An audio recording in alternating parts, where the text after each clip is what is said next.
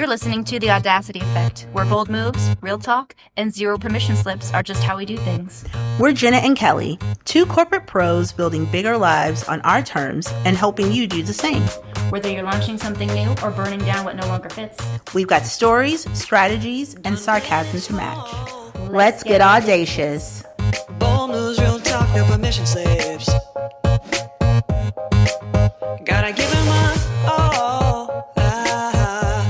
Nobody's gonna tell me what to do with this. There is no blueprint, just my audacity. Done with permission. My dreams might need a pivot, might need a new scheme. Call it Audacity Effect. Well, hello there, lady in red. Are back. Look. One day we're just gonna do a singing episode. That's not true. That'd be something. It would be something. Maybe if we ever quit the podcast, Yes. shut it down, well, the last one will be a musical. You know, Yes. remember when me and you and Joanne went to see Mean Girls? Oh my Two. gosh. And then I didn't know it was a musical. No, I didn't either. None of us did. And they started singing, and we just started looking at each other all at the same time. It hit us, and I said, "Is this a motherfucking musical?" Yes. I was not prepared. No. Also, Jenna doesn't like musicals. No, I don't. I do like musicals, but I like to know I'm about to step into the musical. Oh, Mean Girls. It's like did I need to not be tell prepared for me. spontaneity. Yes. No. I mean, I probably still would have gone, but I would have. My expectations would have been like, yeah, but it here's changed things a little bit. But I did not know I hope that was coming. Freaky Friday 2 is not a musical because I really want to see that. Are we going to see that? Yeah. Okay. FYI. Yes, thanks. Well, it's a great tie-in to understanding your identity because Mean Girls' identity should not be a musical, man. It was great the No. way it was. No. Not a musical. Although Renee Rapp was amazing, but really, She is, but like, no. let me listen to your, I guess on a CD, sorry. Let me listen to your Spotify Yes. album. Yes. Please. Let's listen to that. When I'm in the And car. Not Not when I'm trying to eat my salad and drink my Tito's at Cinema Cafe. Cinema Cafe is the best. It really is good, but I don't want you singing No, I through want to sing in there. through the cheetahs and the hippos or whatever. Well, I want to know that that's what I'm walking. Like Wicked, I knew what I was walking into. Like, and I was fine with that. That's fair. I do actually I still haven't seen it, and I do want to. Are you serious? Yeah, I missed it in theaters for some reason, and then I just felt like I wanted to watch it on the projector screen that we have or something like this. Oh, we could do that. Yeah. Okay. Mhm. But I would be good with that because to your point, and I went to see Hamilton, remember? Yes. And I really liked that. It's amazing. I loved it. I was very grumpy about going. You were very grumpy. So mad. George's like, surprise, I got to stick us to Hamilton. Okay. And like, look, of the two of us, who do you think would be more into musicals? My prior reformed redneck country bumpkin that No. sometimes has to be reminded when it's appropriate to use the word scene. Hint, it's only after have or a contraction variation thereof. Or me, who's a little snootier and, you know, is very Yeah. particular about grammar and maybe a little more quote-unquote cultured. Nope, it's him. He likes musicals. I know. It's so good. I love that. Okay. Wow. Anyways. So today we are talking about who we are without when the labels fall away. And I just got a shiver. Like I know. don't like it here. So what I was starting to tell you, and it's just very true, it is the most beautiful thing to have a partner, to have a man that is so emotionally intelligent. Like his emotional IQ is just incredible. It is also the worst possible thing that has happened to me. Two things can be true at the same time. Things can be true. Because, man, he sees right through me. He sees right through me. So we were talking. Rude. He's so rude. So we were But talking not rude, about but rude. how I am validated by the service that I do for others. Oh, me. Ooh. And I was like, Wait, he just like walked into the kitchen, poured coffee and said, no, babe. we're talking about like things and how I like to do things and how I like to help people. Okay. Uh-huh. And we were talking and somehow we got into well, that's probably because that is a point of validation for you. Like you feel Well, that's Like, just annoying for him to say. yeah. Like, Super freaking accurate, but like what? nobody asked you to say that. Nobody asked that sir. from you. Like, that's how, like, I find my worth in, like, the way. And it's horrifyingly true. And I was so angry about this, because what? Stop Why? looking at me. Why would you say something like that? And it's true. Like, when we were talking about this podcast, I was thinking, like, who am I if I am not in service to others? I have no idea. I have no idea. I mean, that was to me, not how you. No, but really to me too. Like, I really don't know. And so is that how I've decided to identify myself or to show myself? Is that how I present myself? Or is that me? And like, how do you decipher that? I don't actually know. I wish I did. I think it's something to figure out. Because when concepts blend together and it's not right or wrong or this or that, that makes it obviously extra complicated. And when something has never resonated with me the way I feel like it resonates with other people is when people say, you just have to love yourself. Like, you just deserve love just as you are. Just show up as you are, and that's enough. And I'm like, yeah, for other people, not for me. Really? I'm not just enough. Like, I just exist. I'm just a breathing mammal on this planet, and that's just enough. Yeah. Enough for what? Enough to be loved, enough to be shown love. If I just am a blob, like, what do you love me for? Because you are a blob. You love blobs. If you're like a blob, if you have a blob kink, I might be your girl. But I guess I'm not rolling over either and saying I just have to. I'm not convinced on this. I don't think. Again, two things can be true at the same time. So I don't think we have to create this unattainable standard in a laundry list of things. And unless we achieve all of these things that society or our perceptions or whatever says is quote unquote enough, that we're good enough, and then we can be loved. But I also think you've been given a life on this planet. We only have one of them. And so how do you reconcile you're enough with, you should also use the time you have to live? Yes. I don't know. I agree. I have always been like, I get to help people. Like, I'm put here to help people. Yes. But I can honestly say, I don't know if that is because I was the only child for a very long time, but the oldest child. And that was my role. Right. I don't know that if it was because I wanted to make sure everybody was okay around me and didn't want anything volatile happening. And so I wanted to just be helpful. Mine's and definitely part of that one. Yeah. And so, like, I don't even know anymore. Yep. Like, if how that to divorce the two. I don't know. I truly don't. But I know that it is absolutely a part of my identity, and I have no idea who I'd be without it. So when I got married, I was very young, and also at the beginning of my then career. And it was very important. The engineering one? Yes. And it was very important to me to have my career and be recognized for the work that I do. Yes. But I didn't fit into the military community because I had my own identity, and it was not in any way tied to that of my husband's. And I, for the longest time, thought something was wrong with me, because I would hear other spouses, other women in particular, say, like, we got sent to somewhere and we were promoted, and girl, you didn't do anything. Right. And so in my mind, right, like, we didn't do it, like, he did that. Yes. And so I honestly never became a part of the military community because I had my own ambitions. Yep. And my career had zero to do with his. Like, I did not define myself by that. And so that identity I never got to put on as a military spouse in its traditionalness. Yeah. Because I never fit the mold. And because I didn't put that on, I was not a part of that community at all. Like, they didn't want anything to do with me. So I feel similarly, but I had to look at mine a little bit.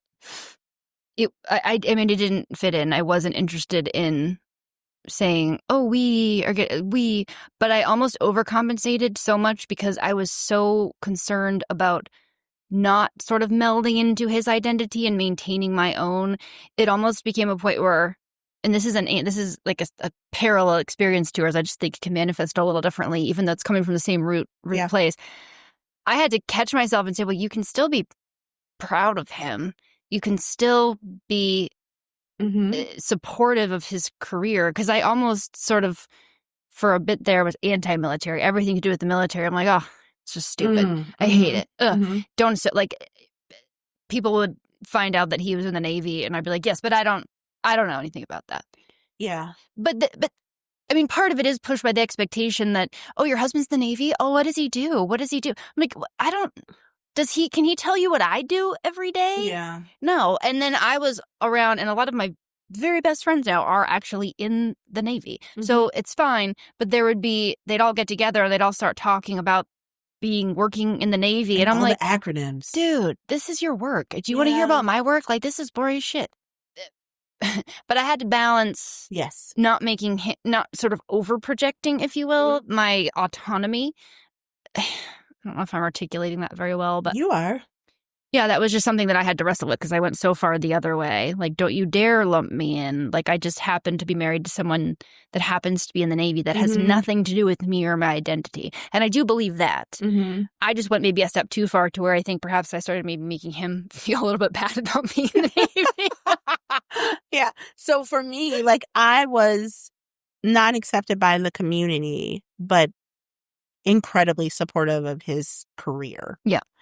And while I wasn't a Navy wife, air quotes, Navy wife. Yeah. I did identify myself as being a part of what ran the machine. Like, Oh, sure.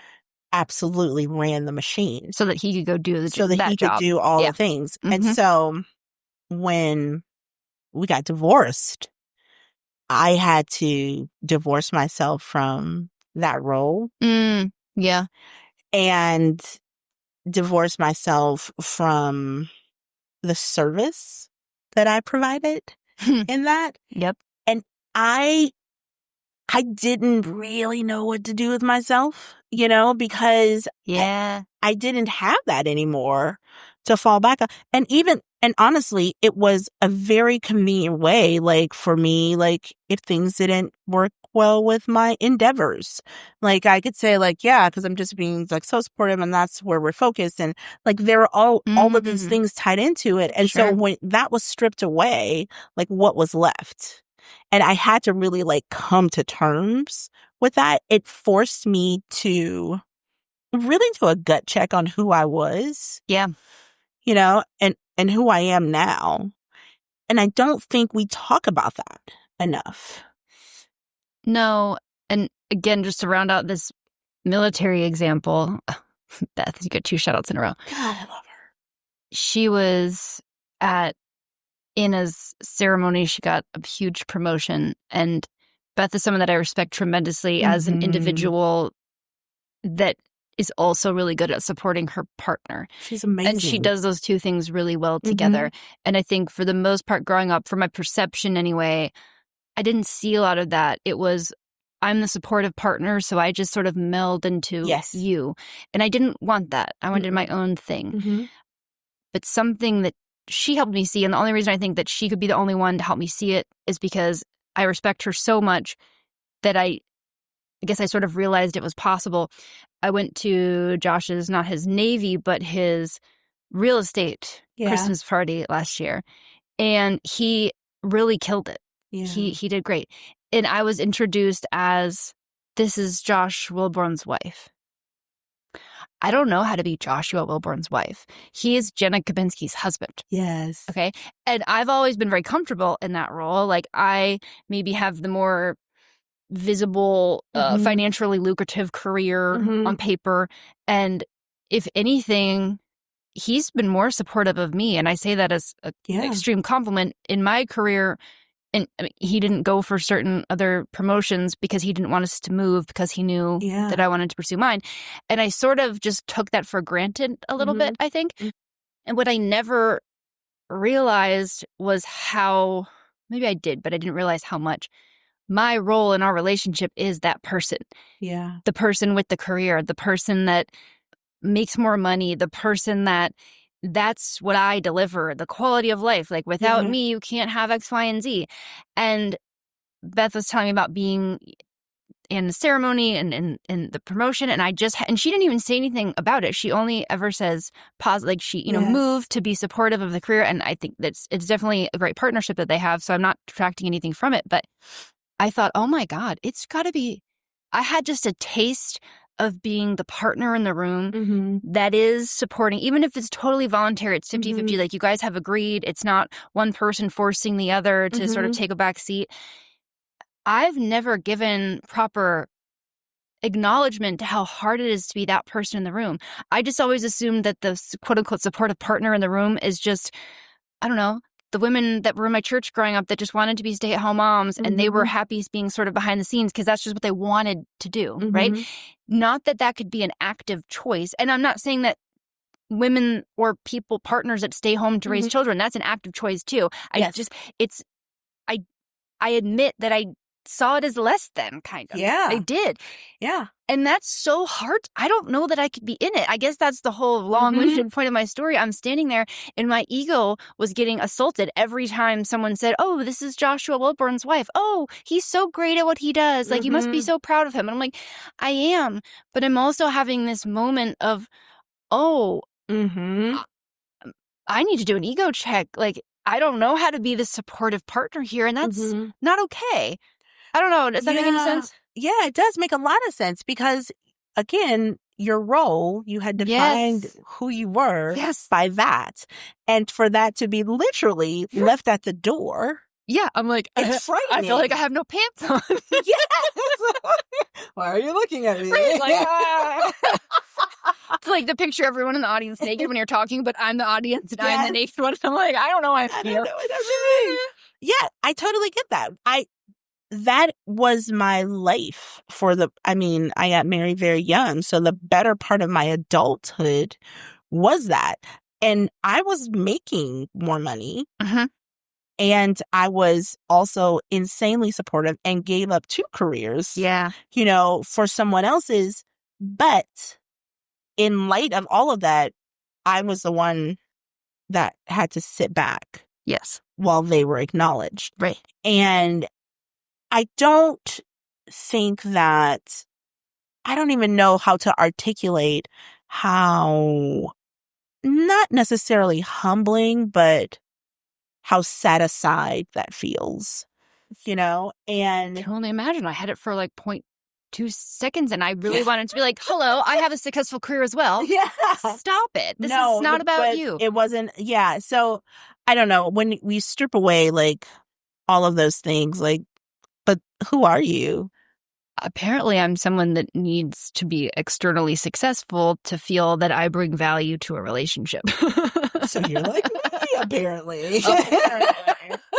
But I'm not great at and I've had this conversation and I've said to Josh, hey, I admittedly feel a little bit, I love that you have this second career and that you're being successful. I said, I'm just going to be honest with you. I feel a little bit insecure about the fact that you're now bringing in additional income because I know this sounds silly, but I have actually had the thought, what if you don't need me? Because I've always known what I bring to the table is, and he's not ever been about the money. Funny, it's not about that for him, but I still knew, hey, I can bring you a certain lifestyle. I can provide things.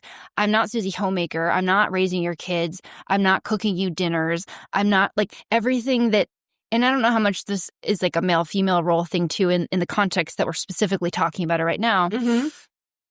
But if I'm not bringing you those things as a partner and now you don't need these other things that I have put value around that I'm bringing as a partner, why do you even want to be with me? Why do you want me? Sometimes I have funny dad jokes, but that's about it. You have good jokes. But, it was. Yeah. Yes.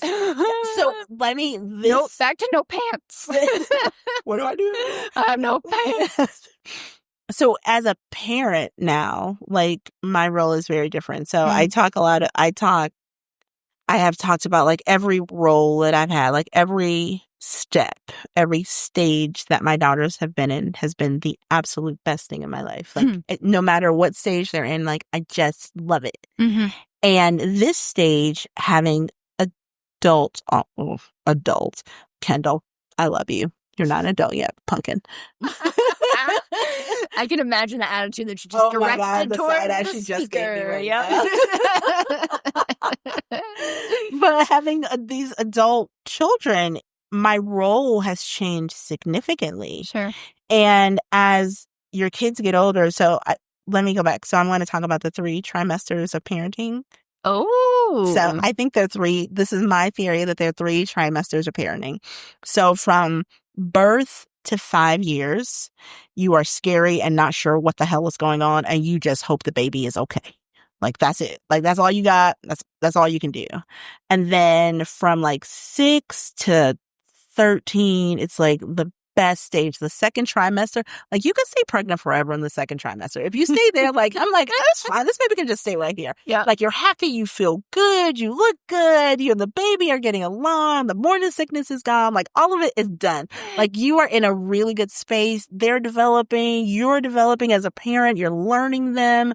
Like it's so still good. answer their homework questions. You can still answer homework questions. Like it's just a love right there. And then from 14 or 13. I was going to say, I think my mom was 13. 13 to like 18 is the third trimester where you're happy they're there, but it's really effing uncomfortable. Like sometimes you're not really happy. You're just not happy sometimes. The indigestion has come back and you just want them out. You know, like that's like the 3 trimesters of parenting for me, you know?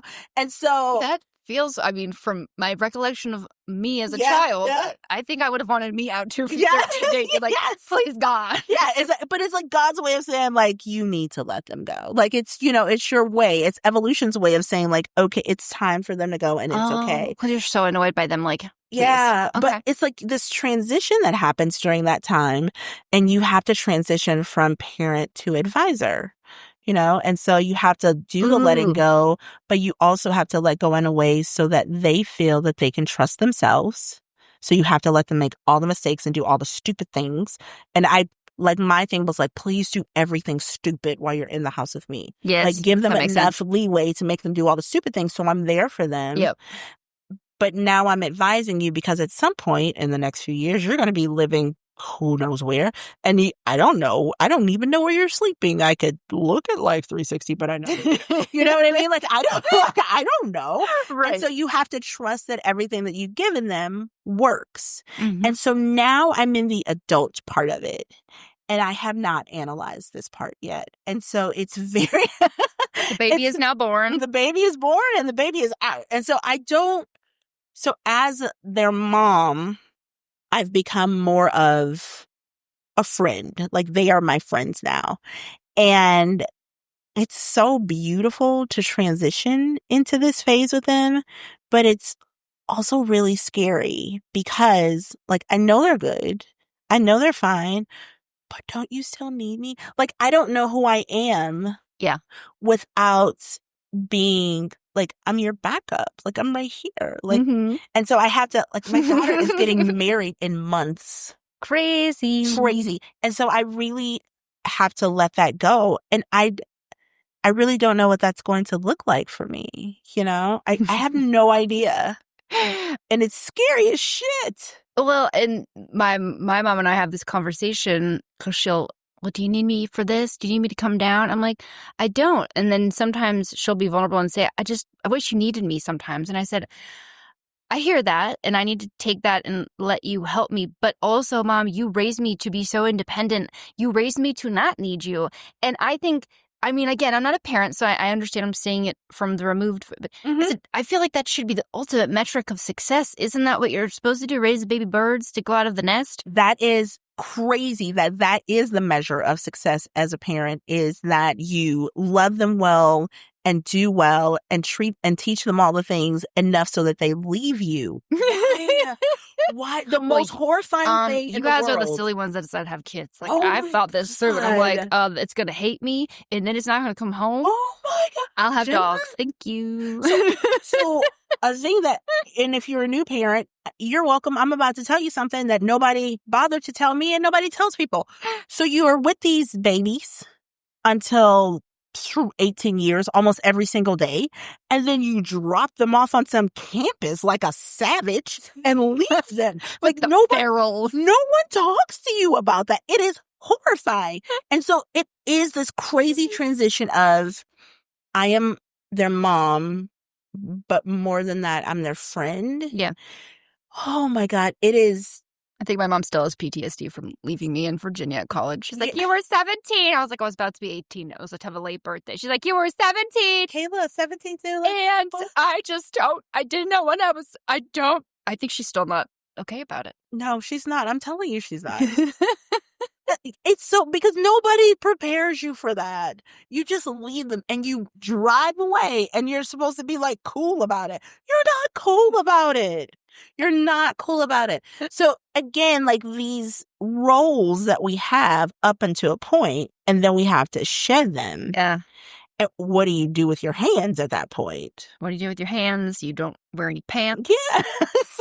Yes. So do you think that identities are meant to be static? Like, do you think there's parts of us that are just our core identity that sort of go with us and transcend your entire lifespan?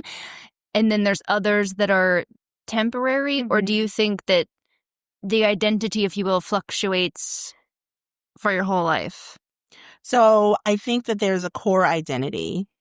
So I think that me in service to others is my core identity. Mm-hmm. Because when I think about that, like I can't even consider like not doing that. So I think that is a core. And I think that the others are meant to be taken on and off. As you evolve, as your life changes, as things change around you, there are identities that have to be taken off and on. But it's scary to think of.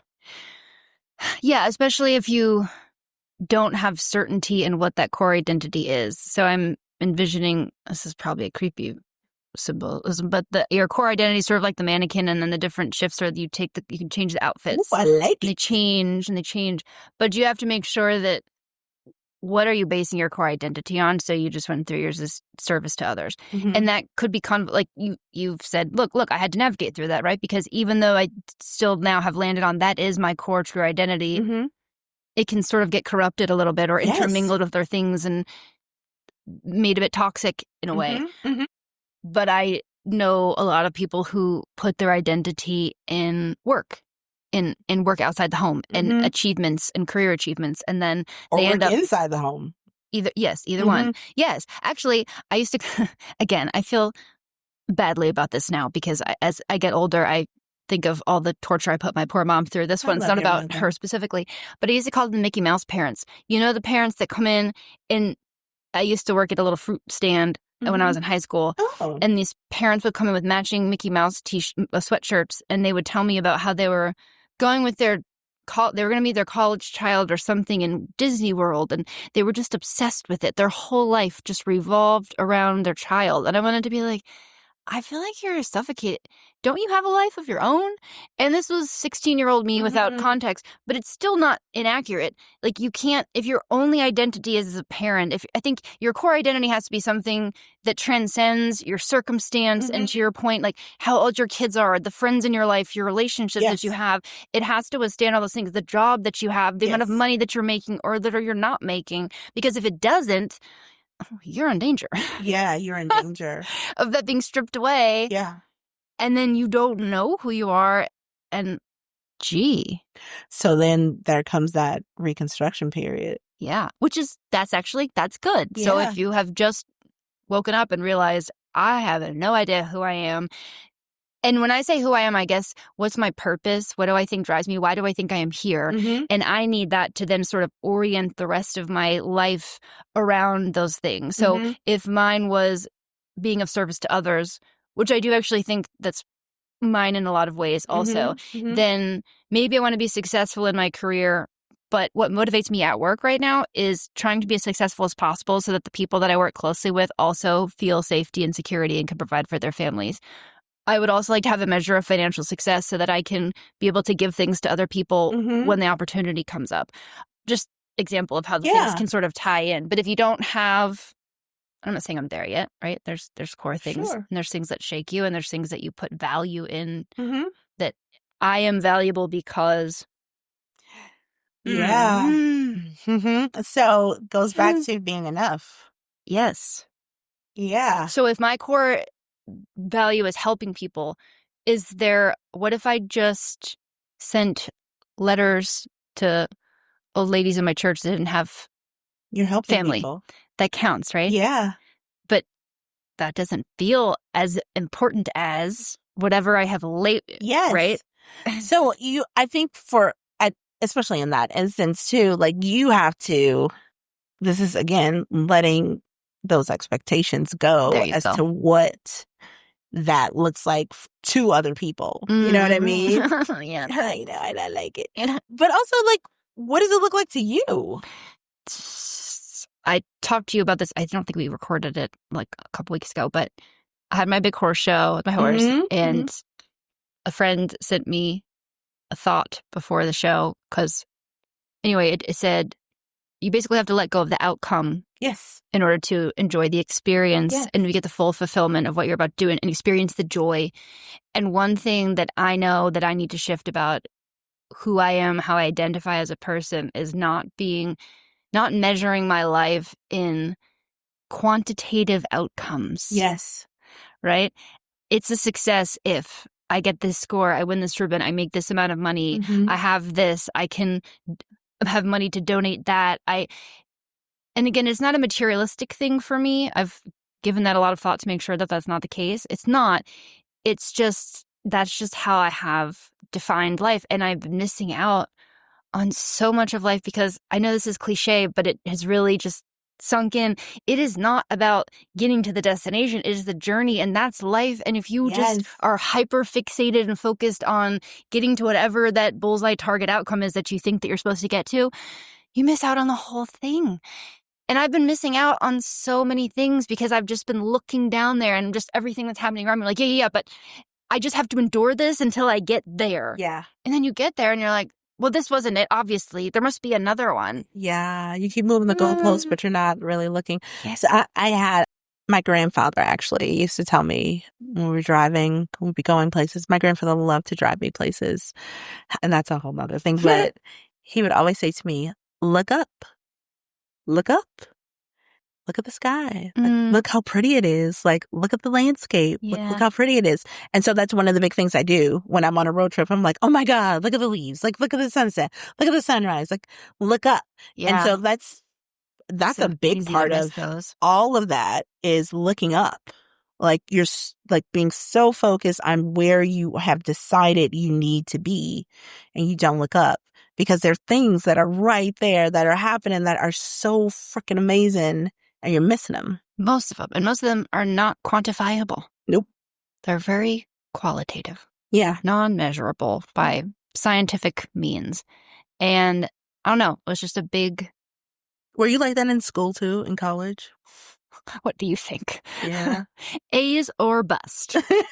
A plus or bust. A plus or bust. Ew, I have to have it perfect. Perfect. Yeah. If I wasn't on the dean's list, like I might as well drop out. Right. Like, why am I here? Yep. I suck. I also wanted to hurry up and graduate, but I really did like school. But I just missed out on so much enjoyment of things and being present, I guess. And again, I know people say these things all the time, but it's really starting to click with me now. And I think you have a choice.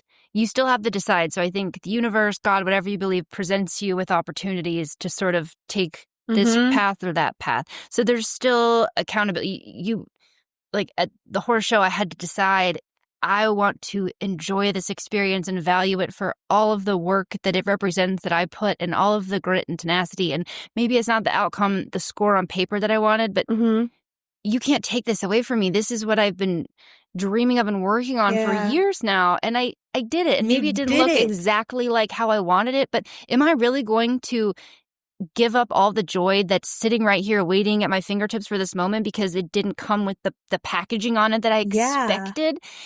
And again, I know it's a horse show But that was so symbolic for the rest of my life and how I live it. And I'm so just results oriented and goal driven, and that's okay.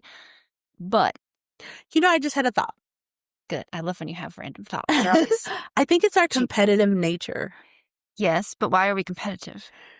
We have to win. We have to get to the thing, and Yes. we probably have to do it first, but we have to win. Correct. And so if we let go of the outcome Uh-huh. and just enjoy the thing, maybe we can let go of the identity.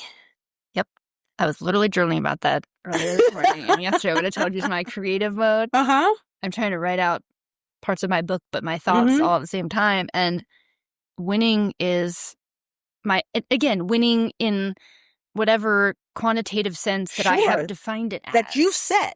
For myself. And nobody else knows about it. No one knows about Yeah. it. No one is held to such standard. It's just for me. But who am I if I don't win by whatever Mhm. measure that I have set for myself? Mm-hmm. I guess I'm just a person, right? I guess I'm allowed to just enjoy and be happy even if I don't have crazy achievements on the wall. Because you're enough. Yes, because yes, we got all the way back there. Yeah. I deserve and that's it. I think I don't deserve to experience the happiness unless I have achieved a certain Mhm. thing. Where that comes from, I don't know. I can But guess. even it if doesn't you've matter. achieved the certain thing, you Oh. don't even sit there. You No. move the goalposts. Exactly. I Because- sit there for 5 seconds. Yes. You don't even enjoy it. No.